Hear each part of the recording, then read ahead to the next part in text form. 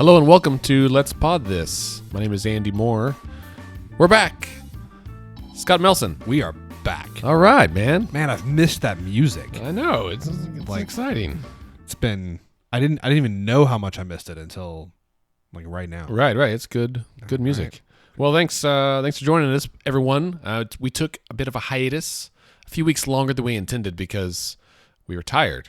We did 65, 68 episodes in a row, which is not bad for just two white guys and a couple of microphones. In fact, I know this is true for me, and from the conversations we've had, I think it was true for you. I did not realize like how exhausted I was until I took a break. You know, when we started this podcast, we thought we'll do a weekly podcast during the legislative session, and then we'll take a few months off and do other things. And then we had 17 months of session. Yes. And an election. An election. And it was great. And so we are here. Now, I just made a joke about two white guys and a microphone. And part of that is that moving into this season, into this next session, we're going to have some new voices to share with you. We don't have anyone here yet tonight because we just scheduled this really last minute to coincide with the inauguration of Governor Stitt. The festivities. But I look forward to this season. I think it's going to be, first it'll be a season. I think it's going to be some really great perspectives, a new take on Oklahoma politics. No, 100%. Like we've got some good plans. This is going to be a really interesting legislative session, and as we'll kind of get more into later, I'm wondering if it might not be a little different. I mean, we'll see. I think so. You know, we were having a text conversation yesterday about trying to, taking what the over-under is on whether it's going to be different or whether our rate is going to be at each other's throats by February 9th. But right. I think there's definitely the potential for there to be some changes this year. It's a brand new day. And I mean, I will say for me, as someone who didn't really pay attention to Oklahoma politics until just a couple of years ago, this is a brave new world. I don't remember. I barely remember when Brad Henry was governor. I was here the whole time, but I wasn't thinking about it. It wasn't a super memorable time. Well, that's what I hear, right? And so today we're going to get into what we have so far. We're going to talk about a few articles, of course, in a news roundup. Then we'll get into talking about Stitt's inaugural address. We're going to recap and analyze. Right. Or at least give our impressions. There you go. Whether there's any actual analysis in that or not. Maybe some predictions. Next week, though, we will be past the final language filing deadline for bills, which is this Thursday. We've got, I think as of today, Sean Ashley said some 300 and something in the Senate and 84 or something in the House. We're recording this on Tuesday, the 15th. I fully expect that those will both be in the at least the triple, if not the quadruple digits by this time. Quadruple digits. Yeah, I'm sure it'll be around 2,000 bills, as it usually is. A lot of shell bills. Bills, right? I spoke with a former member of Governor Fallon's cabinet or staff yesterday, and he joked about there's never any shell bills. And I was like, I know you're being facetious because there are dozens. Is that what the problem's been? That they've literally just not been paying attention to what the legislature No, is? he's a sharp guy. And I will say, in case you are tuning in for the first time, or maybe you're still new to this, as am I, a shell bill is a bill that is, there's a name, like the Oklahoma Remembers Act of 2019, but there's no language in the bill. It can literally be anything. And they submit these, file these, because they might need to insert language down the road that they don't yet know what it's going to be, right? So it could be some bill it might be about tax reform or education or whatever. They're usually kind of general. And that way it gives them something to play with a couple of months from now. Yes, and something to cause us heart palpitations. Consternation, yes, right? Indeed. Yeah, my schedule is fairly open on Thursday and Thursday evening. I plan to begin sorting through the bills for a variety of reasons, which we will announce in subsequent weeks. Do you have a bottle of whiskey to help you do that? I do. I bought a new bottle of bourbon this week. I forget the brand. It was on, not sale, but it had one of those little cards that described it. It's fruitier than I like. I prefer more of a vanilla note. Okay. All right. But it's fine. All right. I've been a little ill. If I sound a little stuffy, I had a little sinus congestion, and so hot toddies have been my nightly ritual for a week. Are your glands swollen? They are ever so slightly. Yes. I feel my neck. You're a doctor. What is it? Does it look okay? I can't tell from here, and I'm not going to reach across the table. Appreciate that. Keep your hands off me. Hey, you, get your damn hands off me. Yeah, I was watching, as per the usual, I was watching West Wing yesterday, and that's the one where the president is about to give this. It's the from time to time. He shall from time to time. Yes. The president is stricken with the flu, and as they are rehearsing the speech, the comment is made. Sam Seaborn, played by one Rob Lowe, says to CJ Craig, one Allison Janney, "Are the president's glands swollen?" And CJ says, "Dang it." Rob says, "What?" He says, "You know what I forgot to do this morning?" What is Check the president's glands. So, hey, while we're at it, that's your West Wing deep dive. That's great. While we're at it, I'm going to make a quick announcement real quick that I've not put out there even on social media yet. Everyone, listeners, I need some kind of... Here we go.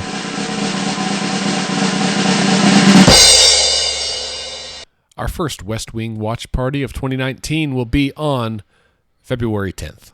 Get excited. It's going to be a doubleheader. That's right. Double feature. 2 episodes. We're going to watch 20 Hours in America, parts 1 and 2.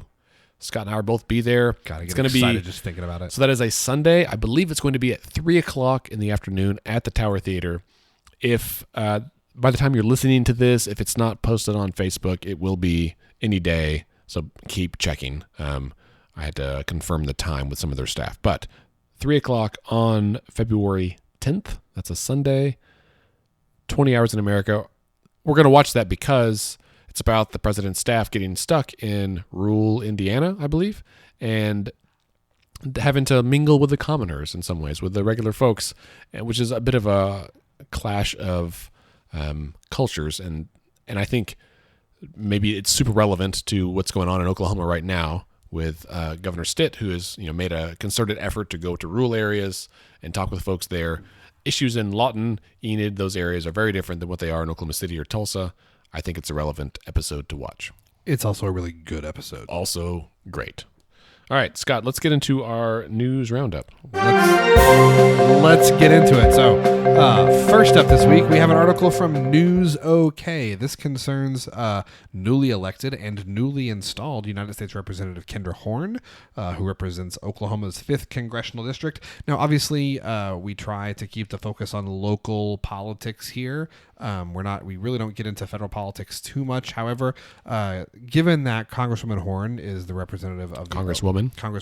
Didn't I say that? No, you said man. Oh, whoops. Congresswoman Horn. Congressperson. I apologize, Kendra.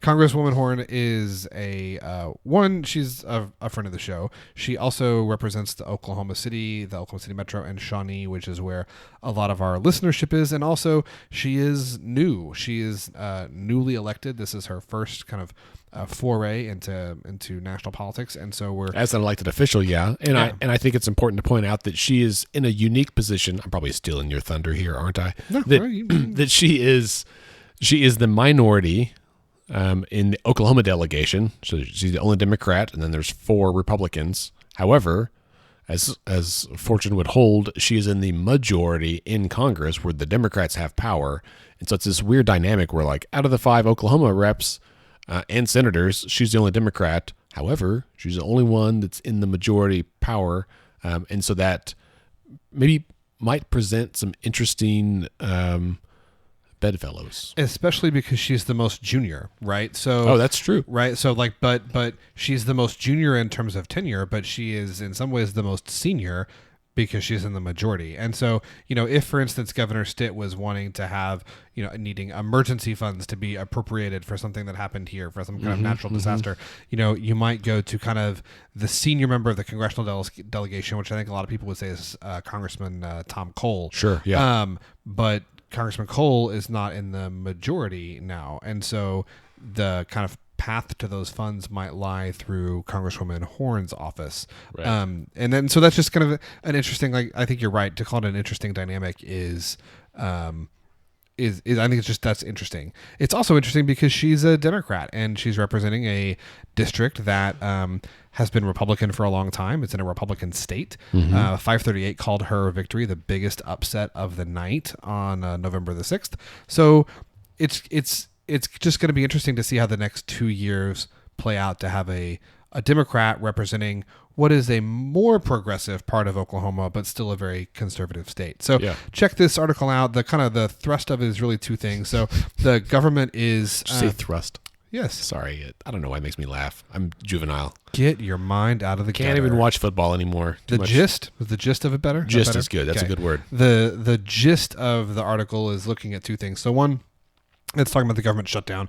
There's about 16,000 federal employees in the 5th Congressional District, and Congresswoman Horn is, I think, really trying to work hard and see if we can get some kind of funding bills passed, something to get the government reopened so that those 16,000 furloughed employees can get back to work and also be paid.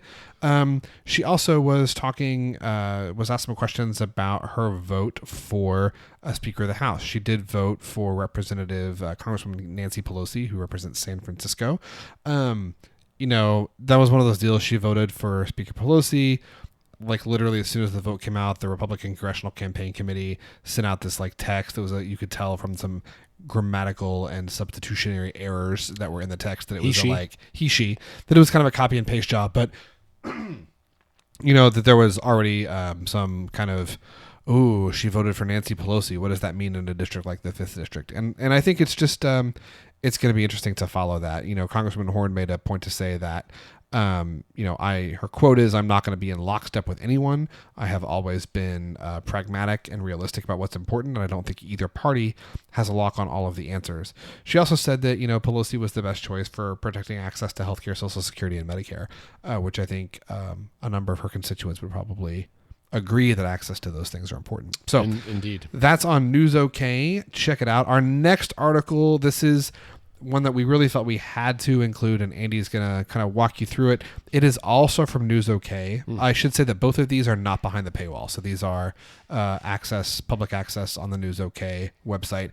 One of my goals for this year in our news roundup is to try and be as diverse as possible in the sources that we're citing. News OK and the Oklahoman, they do a nice job. The Tulsa World's kind of the same thing, but between non-doc, between the Journal Record, between the Frontier, there are lots of people doing really good work, and I think we try to highlight them here on the show.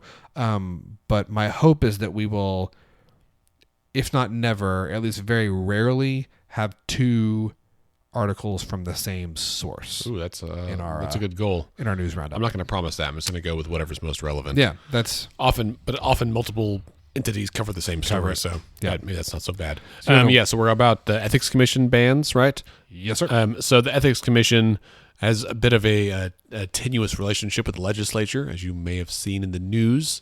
So they have put out some rules that they recommend. So basically, the Ethics Commission makes recommendations on rules, and then the legislature either adopts them or does not. And as luck would have it, which is a little bizarre, right? It's like, well, we recommend that you be more ethical, and they say no.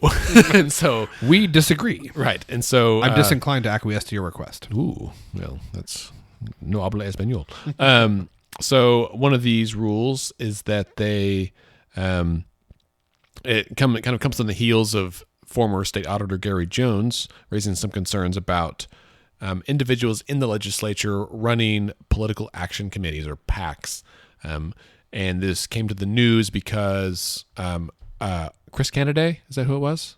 Yes. In the legislature, in the House, kind of somewhat infamously now, used a PAC to run attack ads against the most extreme members of his party, the Republican Party, and to get them out of office. And it worked, right? So the 12 most conservative members of the House all lost in the primaries, I think. The purge. And so it was, I don't have a sound effect for that. But yeah, so they all lost and are not there anymore.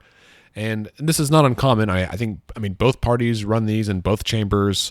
They use them to get reelected or to run ads to help others get reelected. Often it's kind of a party-centric thing. Anyway, the Ethics Commission says this is not super ethical, that members of, in their opinion, they think that it's not ethical. It's not expected to be adopted by the legislature. It will probably be cast aside. Another issue, and I don't know if this is in their article, but it's about the Ethics Commission has put forth a rule regarding indirect lobbying. So What? I'm still figuring this stuff out, but my understanding is that direct lobbying, Scott, would be like if you are an elected official and I take you to dinner and like buy your dinner, or I give you Thunder tickets. Yes, please. And I ask you, Yes to both. please support this measure. Okay.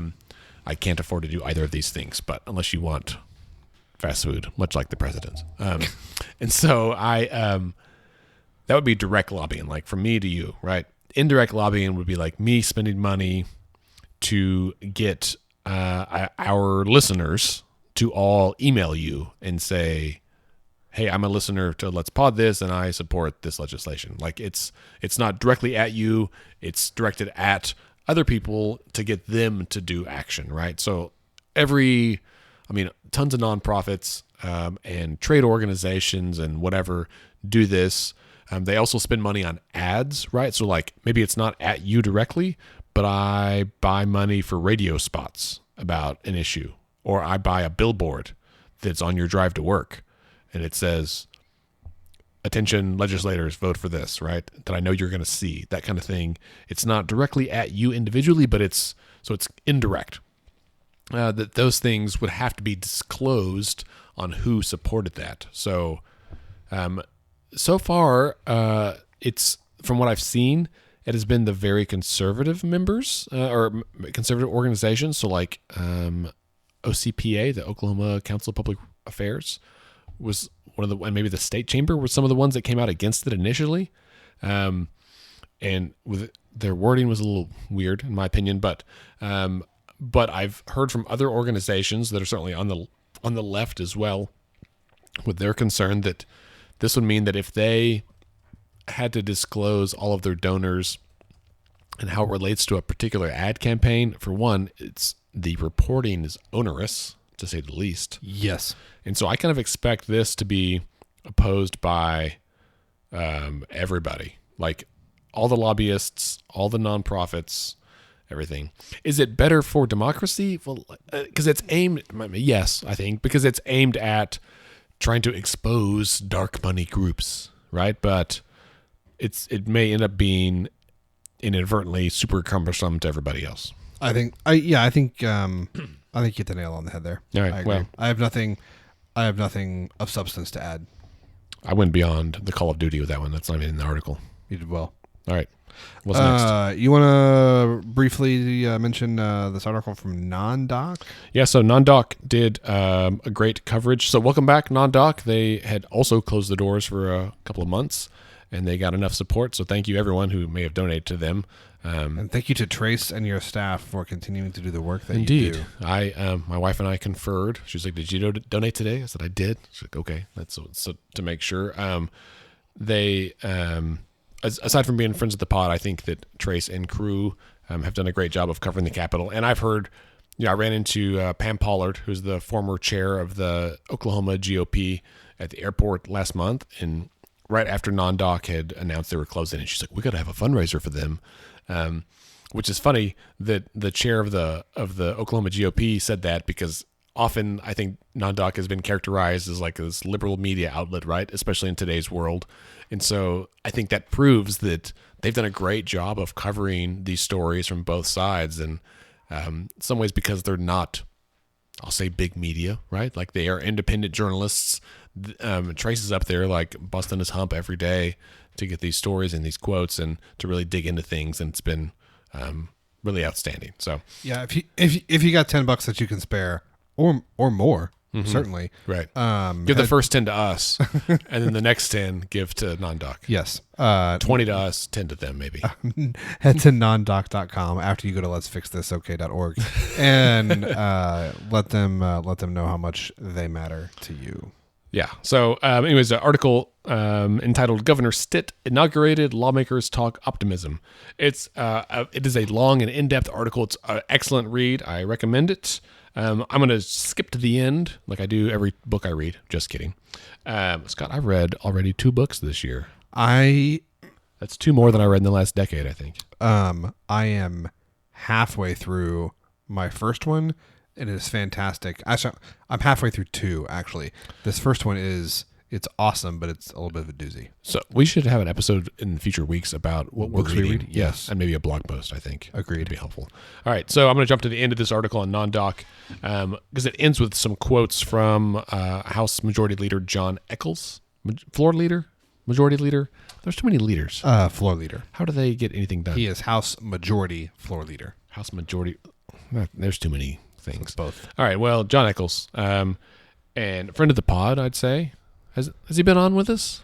No, or did we just text with him while we were recording one time? In case he's listening, he's told us multiple times that he will come on. We'll make it happen this year. But it hasn't happened He yet. did get waylaid by a teacher walkout last year. Leader Eccles, if you're there, we'd love you to come on. I'll text him later, and I'm sure he'll say yes. He's a good dude. Look at you name dropping, texting with the floor leader.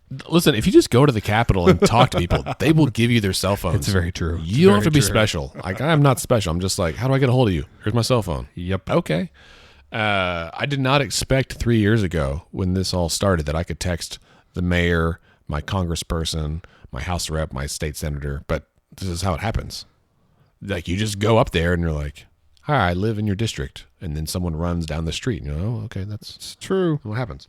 Anyway, so Leader Eccles has some quotes that are indeed optimistic.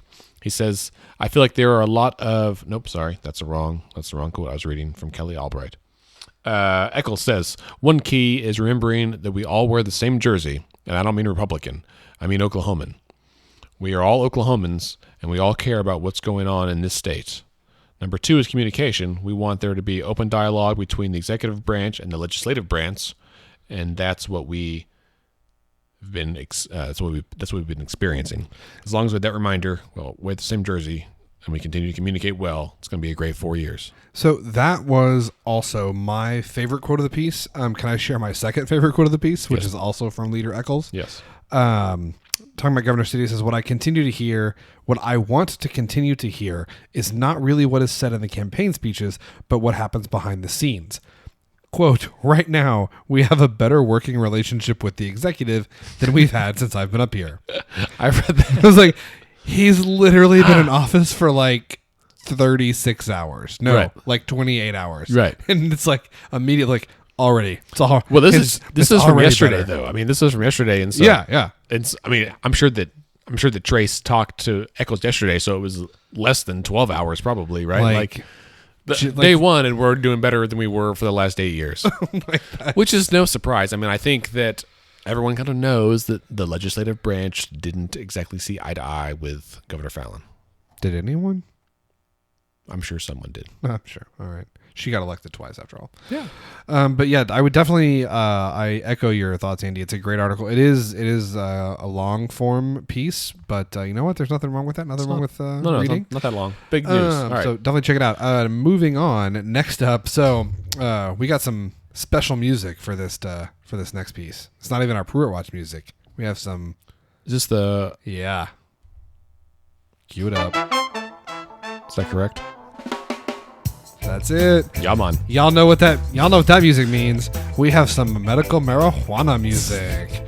So this is from KFOR. Oklahoma City Public School Board approves a medical marijuana policy saying that Oklahoma City Public School students will be allowed to use medical marijuana on campus. This is bananas. Obviously, provided that it is being prescribed by a physician, that they have a medical license, and they also have to have it administered by a parent. So the school personnel cannot administer to it, but the district will provide a private location for a caregiver to administer medical marijuana to students at school.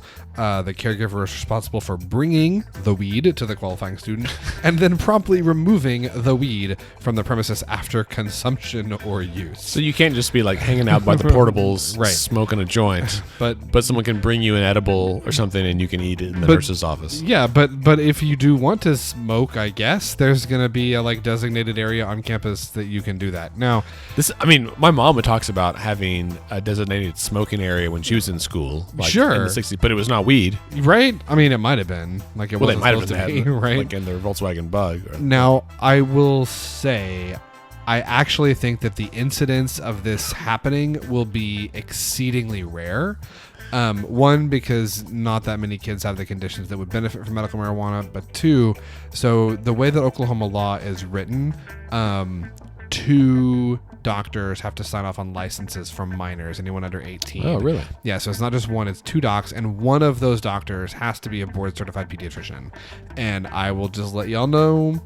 As a board-certified pediatrician. Yeah, as a board-certified pediatrician and as someone who knows many others, I do not personally know any board-certified peds docs that are going to be prescribing medical marijuana. I have heard tell of one in Tulsa. Oh, I'm sure there's one. So there's in Tulsa. So if you feel your child needs medical weed, I guess you're going to have to go to Tulsa. They keep cutting reimbursement rates and be a lot more. That's right. So check that out on KFOR. We thought that came out today, and we thought it merited an inclusion. And then last but not least. Oh, now's the time. Right? It wouldn't be our first news roundup of the year if we didn't have a Pruitt watch. There it is. There it is. Scott Pruitt still in the news for all the wrong reasons. Politico had, now I have to confess, this isn't from like today, since you hold on to this for a week or two. Since Administrator Pruitt's not in office anymore, the drip of corruption has slowed a little bit. This is from about 3 weeks ago from Politico.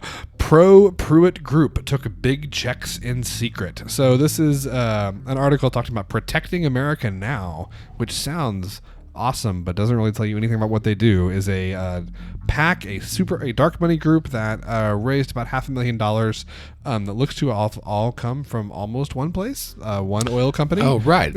So it was like 5.7 million from like one company. From Pioneer Natural Resources, which is in Texas, had the largest single contribution that was more than 20% of the group's total haul. The rest of their donors are secret. This particular company, Pioneer Natural Resources, they self-disclosed that they donated the money, but by law, this group is not required to disclose their donors. This is a group that was raising money from, it looks like at least, mostly from oil and gas industry, and then used a lot of that to lobby for the confirmation of Scott Pruitt as EPA administrator. They also, let me verify this, if I'm not mistaken, they also put some money into the Oklahoma gubernatorial race last year as well. Yes, they did. They spent October 2018. They spent $403,000 on ads attacking Drew Edmondson. Interesting. So check it out on Politico. We'll get it up for you on the web. But that is, I confess, I don't always go like looking for a Pruitt watch. Most of the time they just fall in my lap. But I thought, like, it's our first show back of the year. Let's start the year off right. And I mean, every time it could be the last time, right?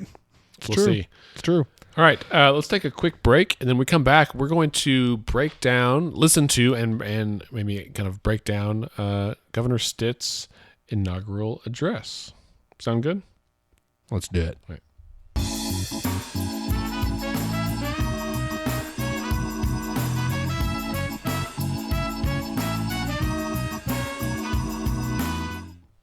All right. Well, that was easy. We're back. So now we're going to, as we said, move into Governor Stitt's inaugural address. I'm just going to let it play for a little bit. For those of you who listen to Pod Save America, this might be a little bit like a game that I've heard they play called OK Stop. It's true. I don't listen to them. I listen to it for a little bit, and then I just can't handle the drama. Seriously? No, I have limited time. I don't have time to listen to all these podcasts. I got stuff to do. That's fair. I'm trying to run like 4 organizations right now, so cut me some slack. And when I run, like, I'm trying to get back into running, hence I'm wearing running attire, athleisure wear right now. Yeah, I can't do podcasts at the gym. So here's what I'm going to come do. I'm going to drink some whiskey and then decide to go run like several miles this evening. Wait, you're running after? Yeah, I'm not running yet. Oh, that's brave. I had to work. I got little flashy lights. You can wear that to work? No, I came home and changed. I let the dogs out, and then I came over here. And I'm going to go He's home. very comfortable today, guys. I have 3 shirts on. So I'm going to play this in the background. We might be able to talk over it a little bit. So I recorded this. I'll be honest. I recorded this with my phone and a microphone from about 100 feet away from the speaker. Scott, you did not attend the inauguration. I was not able to be there. I attended my first one, again, 4 years ago. I wasn't paying attention at all. It was cold. Everybody was talking about that. Quite, it was quite chilly. It was overcast for the first part. I will say that he got awfully lucky, and I visited with some folks inside about this, that just as he finished his taking the oath of office, the sun parted the clouds and shined on the stage. I don't care who you are. That's really lucky. And members of the legislature. Thank you, Lieutenant Governor Matt Pinnell. And Sorry. Congratulations. Turn it up a little bit here. All statewide elected officials. I look forward to rolling up my sleeves and working with you on the important tasks we have ahead to make Oklahoma a top 10 state. I'm going to say that's a theme you're going to hear throughout this is top 10 state. Justices of the Supreme Court. And I want to especially thank Governor Fallin, Governor Keating, Governor Nye, Governor Henry, Governor Walters for being here today. Thank you so much. Fun fact, 3 of those 5 ex-governors are Democrats. Just barely. And to my beautiful wife, Sarah, I wouldn't be here today without you by my side over the past 20 years. Thank you so much. I appreciate you. Her heart and compassion for people is absolutely unmatched. And to my 6 children, Natalie, Drew, Kate, Piper, Remington, and Houston, I love you guys. I am so proud of you. I'd like to thank my mom and dad, my 2 brothers, and Sarah's family here today.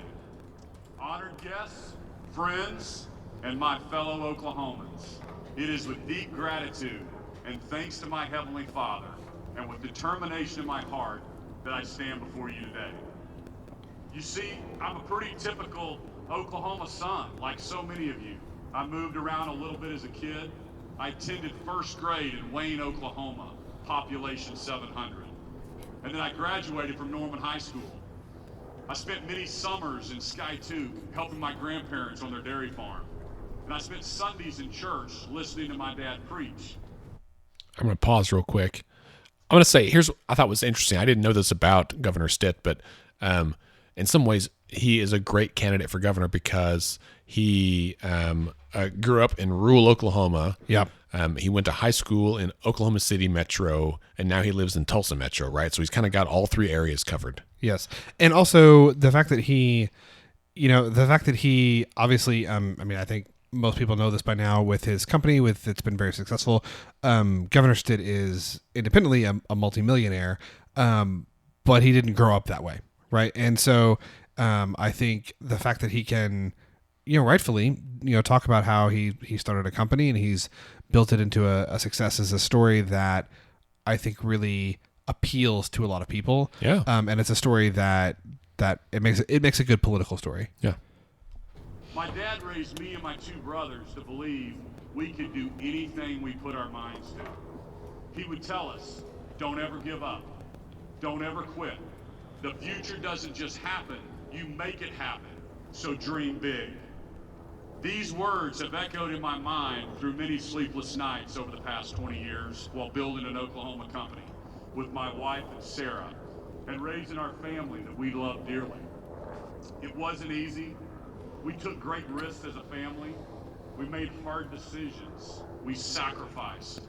We weathered difficult times, and we learned from each other, from our employees, and from our community. And to my Gateway team members here today, thank you for being part of our American dream.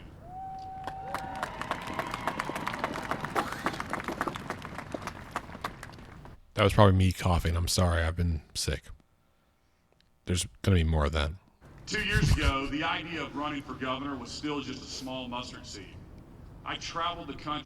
So I'm kind of a word nerd, okay? And so I'm jumping in to pause this because I'm in control of the iPad here. But I think that I do like imagery, and I appreciate understanding, like, and seeing where folks connect with their constituency. The imagery of the mustard seed is undoubtedly biblical, right? Like the someone who has the faith of a mustard seed being very tiny. Also, mustard is delicious. Mentioned in 3 of the 4 Gospels, as I recall. Ooh, look at you go. I think it's in Matthew, Mark, and Luke, but not John. Well, John is the shortest. That's true. Who was the doctor? Luke was the doctor. Luke was the doctor. Right. Onward. John was the. Visiting my offices in other states, seeing their economies take off and thrive. They were recovering from our nation's historic recession. I would then come home to the state that I love to find us struggling, stuck at the bottom in every category that matters.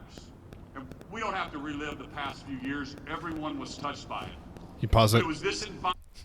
Yes, I can. I mean, I don't disagree with what he's saying right there, but like, is it a little bit awkward to? I mean, like Fallon, like Governor Fallon's, like she's right there. It was awkward. Like so she's right there. I mean, so I thought that same thing, standing there in the cold, kind of watching him at the stage, and that she was just to his left, and so seeing that. And again, last week it just came out that she is now America's least favored governor. Yeah, which is I feel for her. I do, especially when you consider. Now this is a deep dive that no one who's not an uber political nerd will get, but like, she's less popular than Paul LePage. I don't even know who that is. The outgoing governor of Maine, who is an insane person. Really? So former board members Effie Craven and Joe Rourke are up there in Maine now. Yeah, Effie was at the Maine state capitol today. What did Governor LePage do? I mean, most recently, his notoriety is due to the fact that he refused to expand Medicaid in his state. The legislature said they wanted to do it, and he vetoed it. Then the citizens passed a ballot initiative that passed overwhelmingly, and he still was like, "No, I'm not expanding Medicaid." Like, they passed a ballot initiative, and he said, like. So he's hard-headed. No. Right. Yes. So. That caused me to reach deep and ask, what more can I do to make a difference, to address a pattern seen throughout our state history, from the Dust Bowl of the 1930s to the oil glut of the 1980s, where we have lived for each boom and we've starved at each bust. Like you, I was frustrated. Like you, I am motivated. I see untapped potential. I see opportunity. I see great men and women around me. I see promises to be kept. I see jobs. I see progress. I see a top 10 Oklahoma. I just have to say. Okay, stop. I just have to say, I see pride. I see power. I see a badass mother who don't take no crap off of nobody. What is that? You texted me that, but I don't know what it's from. From Cool Runnings, dude. It's from Cool Running. From Yul Brynner. Feel of the rhythm. Yes. Feel of the rhyme. Yes. So I thought that that whole segment is really well written. I don't know who wrote this speech, but the lines, and Catherine Sweeney from Journal Record tweeted this as well. I thought the line that it was from the Dust Bowl of the 1930s to the oil glut of the 1980s, where we have lived for each boom and starved in each bust. Yes. That is our history. Yep. And if you've read Boomtown, yes. I got to take that to a coworker tomorrow. You should definitely read the book Boomtown by Sam Anderson. Excellent book about the history of Oklahoma City. Fascinating, confirms a lot of the things that we've all kind of thought or believed about our city by giving historical context, and I thought that was well worded. Also, great job aligning himself with everybody, right? Like you, I'm frustrated. Like you, I'm motivated. I see untapped potential. This is the message. I feel like his delivery was great, and I feel like this is the message that Oklahoma has needed to hear for a long, long time. Yeah, no, I 100% agree. The like that and that structure there. I'm a little bit making fun of it because the sentence structure there just takes me back to one of my favorite movies of childhood. But like Cool Runnings? Yeah, dude, totally love it, right? But like, I'm motivated. I see untapped potential. I see opportunity. I see great men and women around me. Right. I see promises kept. I see jobs. I see progress. I see a top 10 Oklahoma. Succinct, like to the point. That build Yes, there. right. It makes you even if you're someone that, maybe didn't support him or vote for him or what have you, like that right there should be a message that if you live in our state, you can get I don't care who you are, you Right. get behind that. Right. Totally. All right, let's go on. I I know it's possible because I spent the past 18 months traveling the state, listening to Oklahomans in all 77 counties, holding more than 300 town halls, knocking on the doors of strangers, and learning the platform and the mandate that Oklahomans wanted for their next governor. Here's what I heard. We know we can be and should be a top 10 state. Why?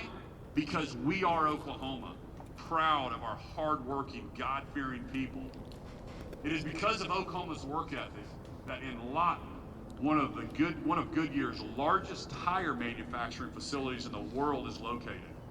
That American Airlines has its largest maintenance and repair facility in the world in Tulsa. That we are the birthplace of companies like Quick Trip, Hobby Lobby, and Sonic. It's because of Oklahoma's work ethic that our farmers and ranchers are the top 5 in the nation in the production of beef cattle, wheat, canola, cotton, and pecans. We are Oklahoma, proud of our natural resources, from abundant water in the east to oil, natural gas, and wind energy that stretches across the west. Okay, stop. So there's a couple things here, and I'm going to highlight 2 different things. So the first, he says, I know it's possible because I spent the past 18 months traveling the state, listening to Oklahomans in all 77 counties. One of the things that I've never met the governor. I hope to. I'd love to sit down and talk with him. But one of the things that that has been common in every interview that I have read about him, every interview that he's, given, when people who know him, people who met him on the campaign trail, the one trait that seems to be mentioned most frequently is that he listens. He asks, he gets, one of the things that I think some folks have been skeptical about is that Governor Stitt has no experience in government. And it's like, okay, so what does that mean? Well, it seems like the kind of the optimistic take is he is someone that asks really good questions of the people he's around. And he doesn't just ask good questions, but he listens to the answers. Yeah. And so I thought it was interesting that he kind of highlighted that in the speech, that I went to all 77 counties, but I didn't go there to tell them why I should be the governor. Mm-hmm. I went to 77 counties and held 300 town halls to listen to what people want from their government. That's true. And I think, as a pro tip to anyone who's listening, if you want to make a positive impression on somebody else, listen to them. Totally. Everyone likes to be listened to. Obviously, if they're trying to do the same thing to you, then no one will communicate. But asking good questions and being a good listener are skills that are in short supply. And if true, right? Like I haven't met him yet either. I've been within 3 feet of him, but there was a big crowd and I couldn't get there. Also, not the place to have a conversation. But I think that's and I will say that whenever I met Governor Fallon a few times, she was a good listener. We had great conversation, and she is very affable one-on-one. And I think I understand how she won. Yeah, people liked her because of that, right? Policy work aside, of course, and that remains to be seen with Governor Stitt. The other thing I want to say about this passage, and it's, I don't know what this means for the next 4 years. And maybe it doesn't mean anything, but it is interesting to me that we are in Oklahoma. We are proud of our hard-working people. It is because of Oklahoma's work ethic that Lawton has the Goodyear plant. It is because of Oklahoma's work ethic that our farmers and ranchers are so successful. He is kind of laying the successes of the state directly at the feet of the successes we have are because people who are not in government put in the effort. And that's fair. Yeah. And I'm not saying that it's not, but I think that it's easy to see how you could go from that place to a pivot of, well, if you're not successful or your industry's not successful or your town's not successful, your community's not successful, you didn't work hard it's enough. because you're not working hard enough. That's a whole different... Right. And so I think I have absolutely no qualm with giving it up to people who are breaking their backs in a tire plant or, working their tails off on a, farming soybeans or beef cattle or cotton or whatever. That's power to them, and we should take nothing away from that. But I also think it's important that I hope to hear him address that maybe there are some structural barriers that yeah, hard work is an ingredient, but you can't swim against a current. You can't swim 10 miles an hour against a current that's flowing 15 miles an hour, right? Right. You swim as hard as you can and you still move backwards. Right. The hard work doctrine is a slippery slope, I think, in lots of ways. This entrepreneurial spirit and innovation with our resources that allowed Oklahoma to play a leading role in making America energy independent. In Oklahoma, we are number 4 in oil production, number 3 in natural gas production, and number 2 in wind energy production. We are Oklahoma. And despite that, proud last in of our money. abundant land and our central location in the United States. It's what makes us home for a booming aerospace industry, 5 thriving military bases, and the largest, most inland river port in the nation with the Port of Catoosa. I did not know that. It's this pride that will allow us to move forward together, not as Republicans or Democrats, but as Oklahomans, locked hand in hand, arm in arm. That also, I mean, it's a plea towards bipartisanship, towards like understanding that we are all in this together, and I think that's important. I also did not know that about the port of Catoosa. All I know is the blue whale of Catoosa, so that was interesting. I think that this is I will say, this is the kind of message that is a very Oklahoma version of hope and change, right? That like things that people want to hear, and that is, I think, both true and a take that I've not heard from anyone. Like that direct comparison of like pride and work ethic with hope and change. Like right. I think you're 100% right, because that's what Oklahomans are, yeah, right? no, when you totally. think about, I'm going to go off on this, but like if you've watched the Ken Burns documentary about the Dust Bowl, and you think about the history of Oklahoma and what we have come through from Indian Territory through the Dust Bowl to the oil boom and the oil bust, and then the secondary fracking boom and subsequent bust, and where we are today, right? Like, we are a people who have inhabited an inhospitable land. We have continued to farm and drill and force this land to give us just a tiny sliver of what it's got so we can survive. And we have got through by the grit and the skin of our teeth.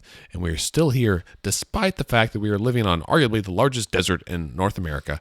And that we are trying... the western half anyway. Yes. And we are trying to make our lives however we can. We are a stubborn people, right? Like if you read the Grapes of Wrath, like you understand this, that we are gritty, we are in this, we are good, salt of the earth people. And I think that his comparisons here are well taken, and I think that it understands, and I like that he counts down like we are 5th and 4th and 3rd and 2nd, like all that stuff is super important. And it's things that I didn't know, and it's like, you know what? I like that he's counting down all the things that we are good at, because often and I will say that we often talk about this too, all things we are bad at, right? He's a feedback sandwich. Is it what? The feedback sandwich. What? When you're giving feedback to you good, bad, good, yes. right? Yes. And I think this, because they are not mutually exclusive. It's not like we're not one or the other. We are all these things. We are not terrible at everything. And I tell you what, if it was me up there as governor and I'm giving an inaugural address, I'm hitting these same points. No, totally. This is the time to talk about the things that we're doing good at, right? Totally. We can get into the bad stuff. We got 4 years to deal with that stuff. It'll come. But today, it's the day to get into this. Totally. All right. Let me find my screen went to sleep. I was talking too long.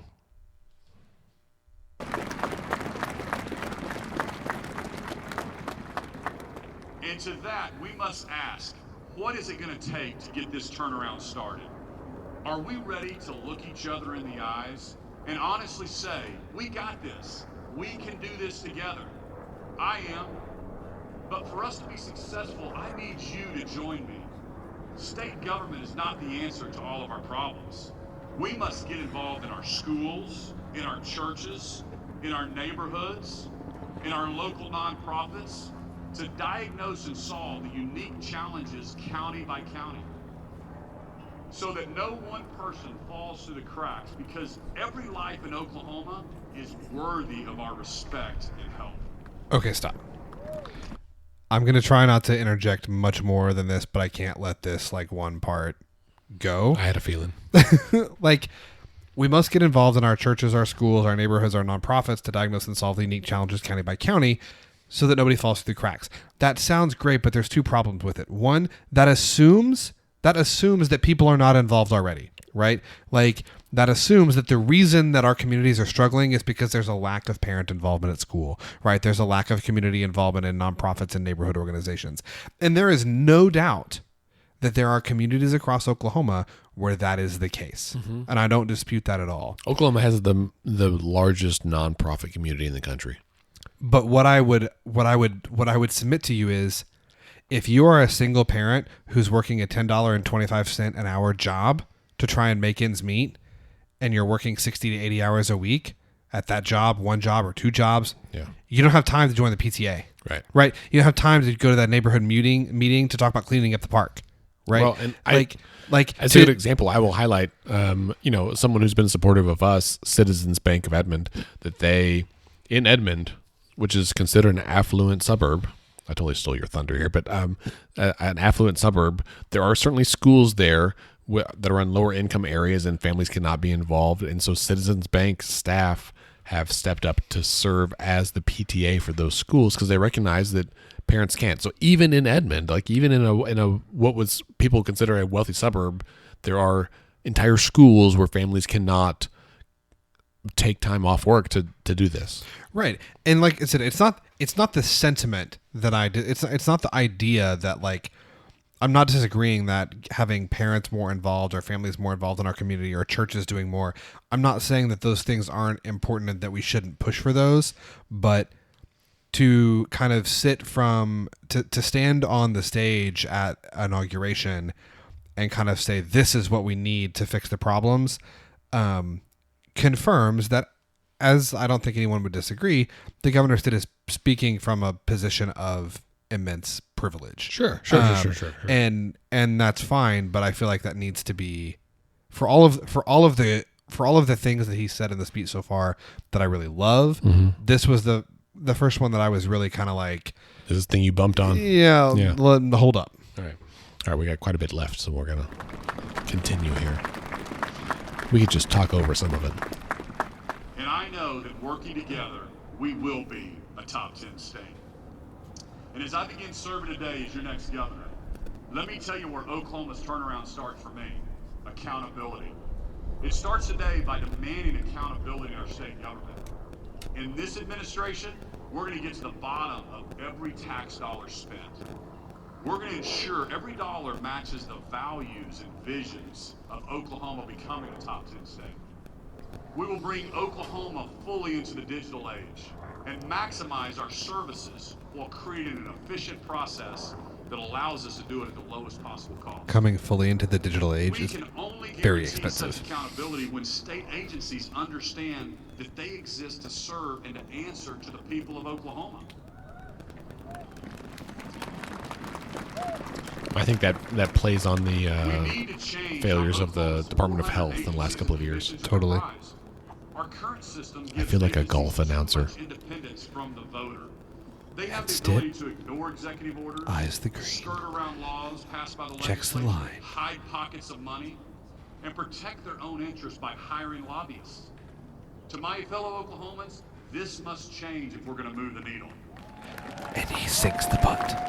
I will say on that, state agencies hire lobbyists or legislative liaisons, so they do have a voice up there, and they're not just being punished by the legislative branch. And they can't do it using state funds. I need you Right. to step forward with ways to deliver efficiencies, to modernize, to meet the needs of the Oklahoma customer, to help us become a customer-focused government. With new leadership, you will be the change agents and innovators that help us become top 10. And to my fellow elected officials in the House and the Senate. Okay, this is really going to be really brief. I do love that. Help us become a customer-focused government. Mm-hmm. So one of the things that gets talked about a lot in like liberal circles, especially at the national level, is like, well, we can do Medicare for all, right? They do it in Sweden, or they do it in Norway, or they have this other program in Germany, or whatever. One thing that I think is very different in many of those countries, and I think you could even lump Canada in with this, is that government agencies in many of like the Nordic states, some of the European states, they have that attitude. Like government agencies see citizens as customers, not as a burden. Oh, right. Right. And like, I think he is, and I'm not trying to like talk down to any of the, 50, how many hundreds of thousands of state employees we have in Oklahoma. There's a lot. There's a lot of them that do a really, really great job. Yeah. So I'm not trying to talk down to them because I know some of them listen. So it's a shout out to you guys. But I think that kind of trying to, from the top down, have this idea that like, if you work at the DMV, right, you are like the patrons coming in, they are your customers. Sure. They pay your salary just like they would pay your salary if you worked at an ice cream shop, and they pay your salary by buying an ice cream. There's a woman who works in the Secretary of State's office that when I filed our articles of incorporation for Let's Fix This, she was outstanding. She was on the phone, helping people in person, like just crushing it. And I was like, she is not getting paid enough, I guarantee. Yeah. It's great. I'm with you though. And I think also, I think about all the ways that we can make government more efficient, which that's a buzzword, but like seriously, there's a lot of parts of bureaucracy that just are there to create jobs, or just that it's checks and balances, but it makes it super sucky for the end user. Yeah, and you can totally use technology to eliminate a lot of those things, but to bring technology in and do that requires a significant upfront investment. Yes. For example, so as listeners probably know, I work in HIV care, and my program is funded through some federal grants, and so we interface with the State Department of Health and their HIV program, which is also funded through some federal grants, and there's a ton of reporting requirements, and that everyone's fear of being audited leads to some just obtuse and burdensome reporting requirements that, or like application things and checks and balances and all that, in order to ensure that they are spending taxpayer dollars correctly, which, hey, as a taxpayer, I'm totally a fan of. However, I guarantee we end up spending money. It takes more staff to do the same work because like it's a burdensome system. Like what if they could just apply online? We wouldn't need like the 30 or whatever case managers statewide. Patients could just apply online. Right. And we would save money in the end. Right. But the problem, and this is something I've been thinking a lot about for some kind of speaking engagements that I have coming up, that like one of the main problems that we have in the United States, generally in Oklahoma specifically, is our inability to see spending as investment. We see spending as we see spending as an expense to be minimized, not as an investment where the return needs to be maximized. And so if you can use technology to eliminate government inefficiencies, that can save you hundreds and hundreds of millions of dollars down the road. It might require an investment of $50 million today. Right. But isn't that worth it if it saves you $100 million over 5 years? Isn't that worth it? It is, a bird in the hand's better than two in the bush, and I think we are have habitually just trying to get through the next year, not looking 10 years ahead. Let's unite around delivering this accountability. The people deserve it.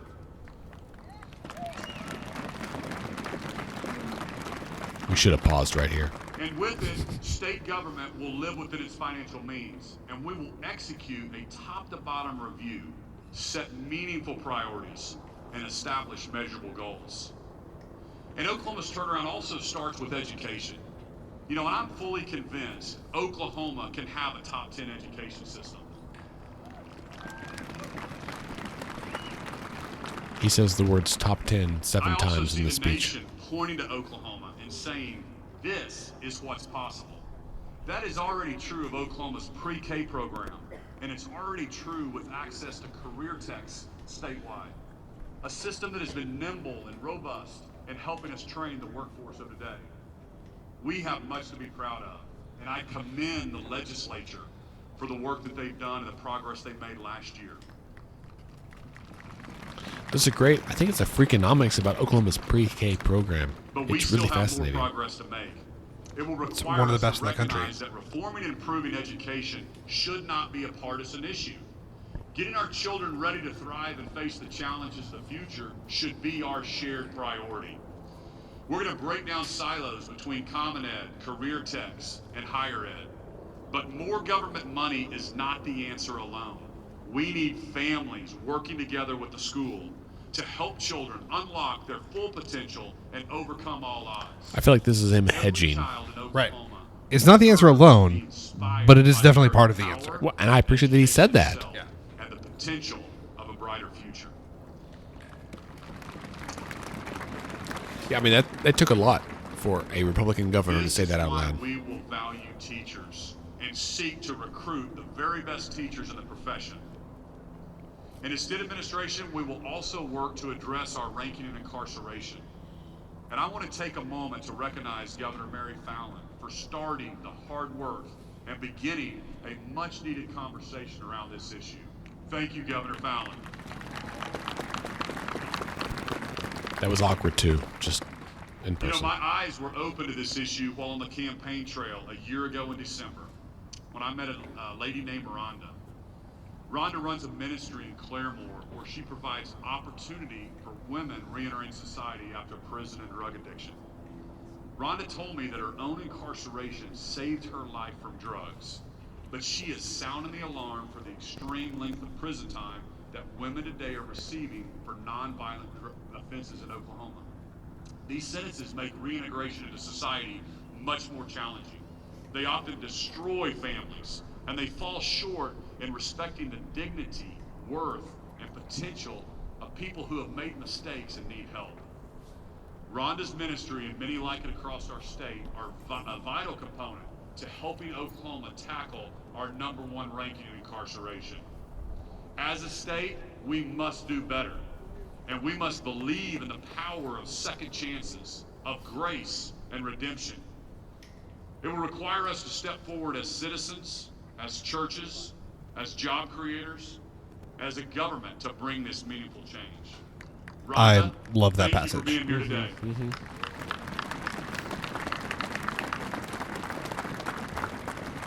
Yeah, that was good. And finally, in all that we do and the decisions that we make, it will come back to growth.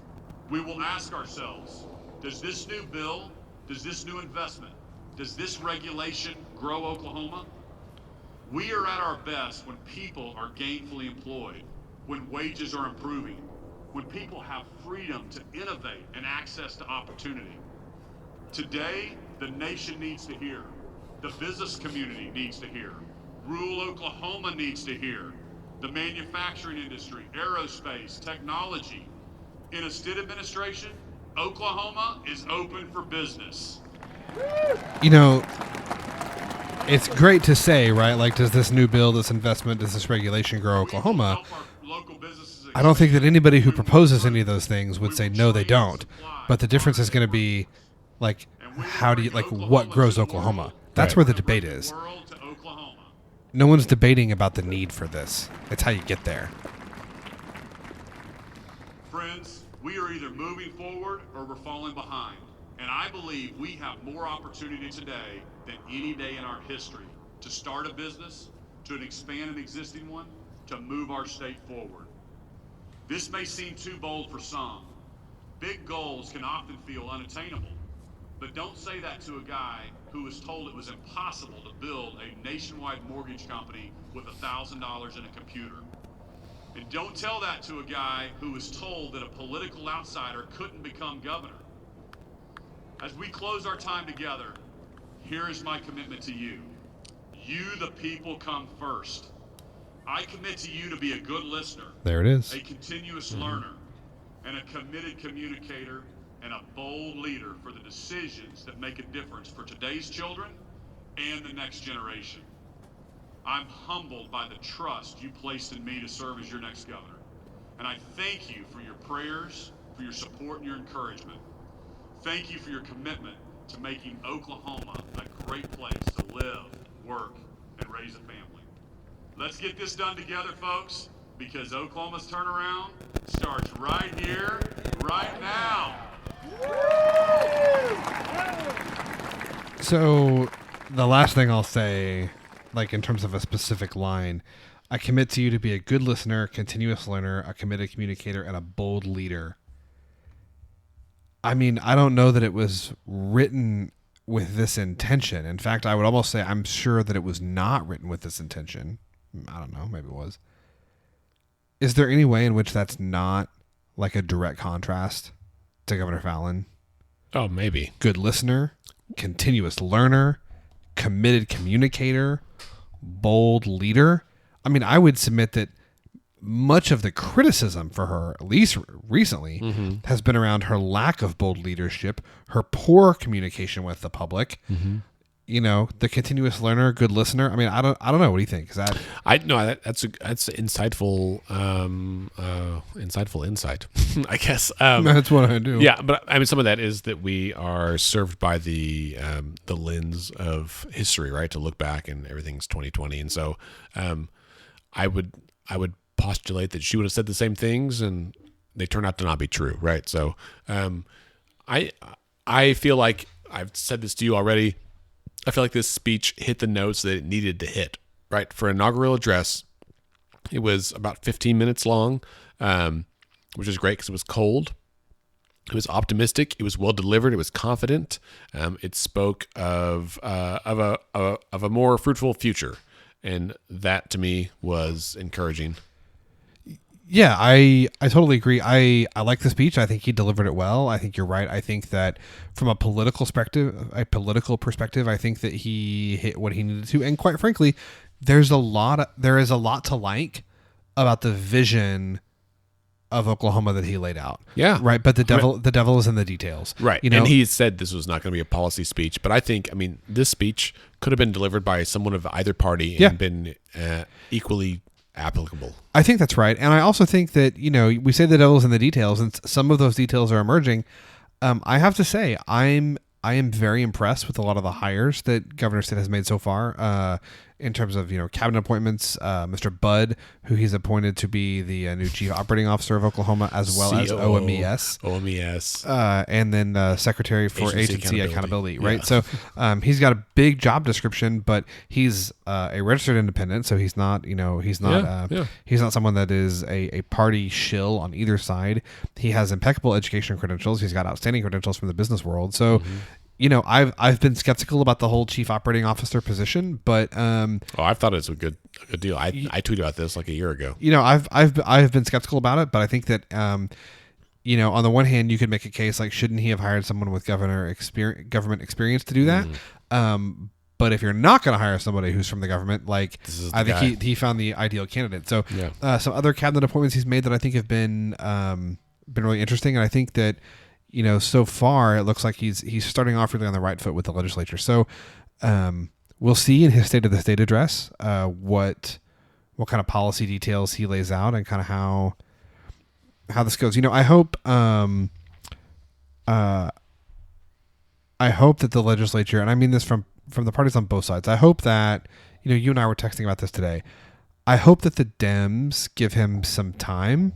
You know, I hope they give him some time. Like, obviously they're obviously not going to agree on everything, but he won 56% of the vote, and, you know, the Republicans have 75% of the House. So, like, you know, I think save some of your consternation for where it really matters, and if you want to have a seat at the table, start finding out where you can work together now. Right. Like, don't start by lambasting everything he says just because he said it. Right. I mean, I get, you know, I'm not a big partisan person anyway, but I'm independent technically. Anyway, but yeah, I don't. Let's. I'm happy to assign blame where blame is due, but and also credit where credit's due. And right now we haven't had enough time for either one. So totes. All right. So to recap, to recap the future. To look ahead. Next week we're gonna review some bills that have been filed. We're gonna do our Predict-O-Rama. I hope we might be able to have Peter, who won the Predict-O-Rama last year, finally come on and get his tote bag. I still have a dedicated listener right there. He is. I've emailed with him. I need to check that out. So it'd be great if he could join us for that episode. So we will try to put that together for next week's episode. I'll do my best to have the lights on in Upper Room Studios for us next week. It's a little dark in here. Yeah, at some point, we could even live stream this. I've got a little camera thing we can use. Fancy. Yeah, I have a connection that's going to give us a little Mevo camera. I wonder if people would see our setup and think, whoa, that's way more professional than I thought, or way less professional than I thought. Too many bottles of whiskey sitting around here. And then heads up, looking forward, February 4th. It's a Monday, right? I think so. That is the State of the State address, Yes. and the beginning of the real session. They've had their organizational day, but that's when stuff actually starts happening. I will be there at the Capitol for the State of the State, and so I imagine. Are you coming that day? I'm going to try. All right. I think we did this last year. Yeah, I'm going to try. Well, I'll get the other dealie, and we can record maybe a live pod from up there, and then so that's February 4th. February 10th, the following Sunday night, will be our first West Wing watch party of the year. As we mentioned earlier, tickets are required, but they are free. Those will be on our website, our Facebook page, and on towertheater.com. And then in short order, we'll be announcing our capital days for the year. I need to reserve those rooms in a couple of days. So hopefully by the time you listen to this, I will have already reserved those rooms. And listen, we've got some really huge announcements coming out in the next couple of weeks, and It's true. I'm gonna have to stay up late a bunch of nights and doing a bunch of this work because things are happening at a breakneck pace. Did you ever watch 30 Rock? Yeah. When Liz thinks she's pregnant, she calls Jack. Ooh, Jack, it's Liz. Things are happening. Sorry, it's a deep dive. I don't recall that part, but It's a deep dive. I'm not pregnant, but we are pregnant with sure? excitement. I'm pretty sure I do not have a womb. We're growing cotton, I think, on the moon. So Is that where we're growing on the moon? Well, the did you not Chinese, see? Yeah, dude. the Chinese are growing cotton. Yeah. It's a brave new world. Anyway, so in the coming weeks, in addition to those other events, we're going to have some big announcements. Let's Fix This is going to be stepping out, doubling down on fixing things.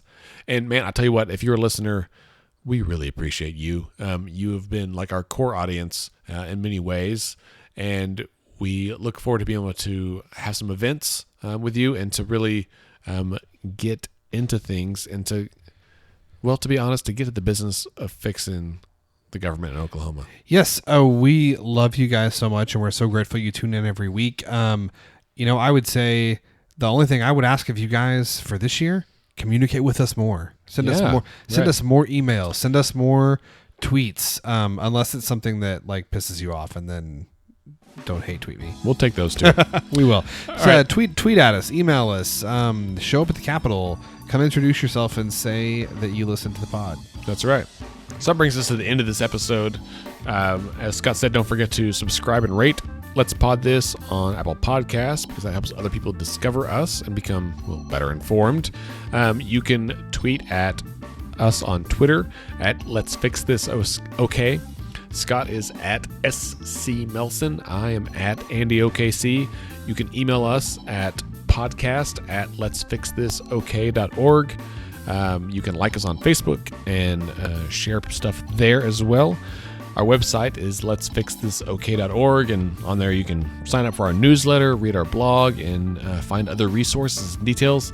And honestly, in a couple of weeks, it's all going to be redone and looking clean and shiny with a more accessible use and more of the stuff that you need, and less of the old photos from my old blurry phone. Let's Fix This is a nonpartisan nonprofit organization who strives to educate and equip all Oklahomans to engage with their government in meaningful ways. We encourage you to get involved any way you can. Let's Pod This is a production of Let's Fix This. Obviously, Scott and I are the ones who record and produce it. Our theme music is provided by the Sugar Free All-Stars. That's it for our first week back. Thank you so much for listening. We'll catch you next week with a shorter episode and some Predict-O-Rama. Have a great week.